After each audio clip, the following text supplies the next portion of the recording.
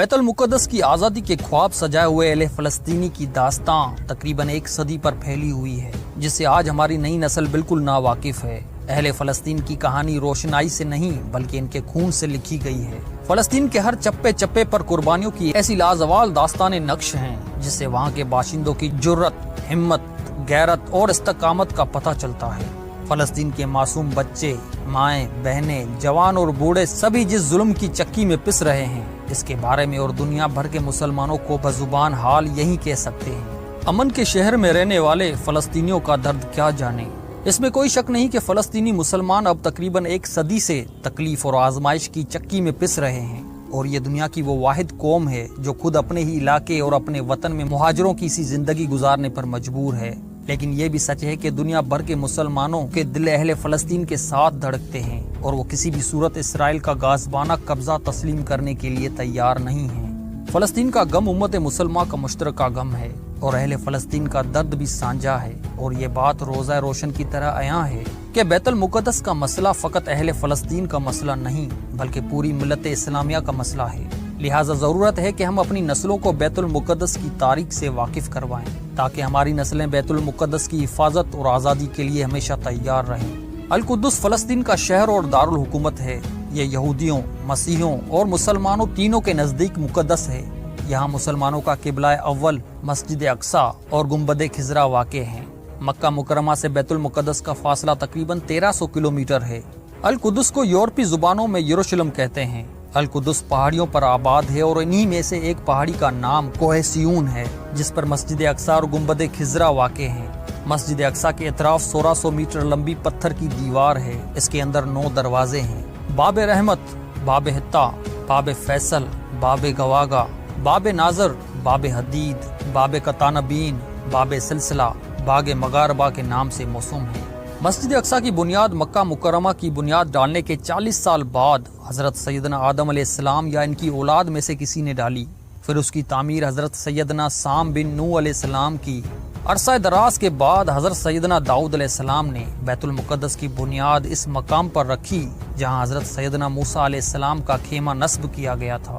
اس عمارت کے پورا ہونے سے قبل حضرت سیدنا داؤد علیہ السلام کی وفات کا وقت آ گیا تو آپ نے اپنے فرزند ارجمند حضرت سیدنا سلیمان علیہ السلام کو اس کی تکمیل کی وصیت فرمائی۔ چنانچہ حضرت سیدنا سلیمان علیہ السلام نے جنوں کی ایک جماعت کے ساتھ مسجد اقصی کو تعمیر کیا۔ بیت المقدس مسلمانوں کا قبلہ اول ہے۔ ہجرت کے بعد 16 سے 17 ماہ تک نبی کریم صلی اللہ علیہ وآلہ وسلم بیت المقدس مسجد اقصی کی جانب رخ کر کے ہی نماز ادا کرتے تھے۔ پھر تحویل قبلہ کا حکم آنے کے بعد مسلمانوں کا قبلہ خانہ کعبہ ہو گیا۔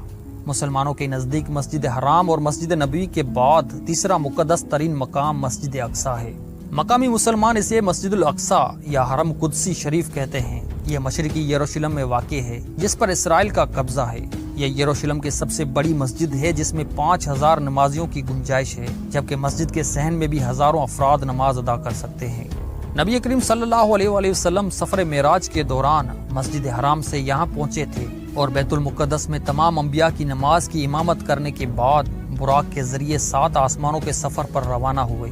قرآن مجید کی سورہ اسراء میں اللہ تعالیٰ نے اس مسجد کا ذکر ان الفاظ میں کیا ہے: پاک ہے وہ ذات جو اپنے بندے کو رات ہی رات میں مسجد حرام سے مسجد اقصی لے گئی، جس کے آس پاس ہم نے برکت دے رکھی ہے، اس لیے کہ ہم اسے اپنی قدرت کے بعض نمونے دکھائیں۔ یقیناً اللہ تعالیٰ ہی خوب سننے والا، دیکھنے والا ہے۔ احادیث کے مطابق دنیا میں صرف 3 مسجدوں کی جانب سفر کرنا باعث برکت ہے، جن میں مسجد حرام، مسجد نبوی اور مسجد اقصی شامل ہیں۔ مسجد اقصی روئے زمین پر بنائی گئی دوسری مسجد ہے جہاں ایک نماز کا ثواب 250 اور بعض روایتوں کے مطابق 25,000 ملتا ہے۔ بیت المقدس انبیاء علیہ السلام کی سرزمین فلسطین میں واقع ہے۔ جب نبی کریم صلی اللہ علیہ وآلہ وسلم کی بعثت ہوئی تو اس وقت اس پر سلطنت روم کی عیسائیوں کا قبضہ تھا، اور سلطنت روم اس وقت بہت طاقتور تھا۔ لیکن اسی وقت نبی کریم صلی اللہ علیہ وآلہ وسلم نے بیت المقدس کی آزادی کی خوشخبری سنائی اور اس کو قیامت کی نشانیوں میں سے قرار دیا۔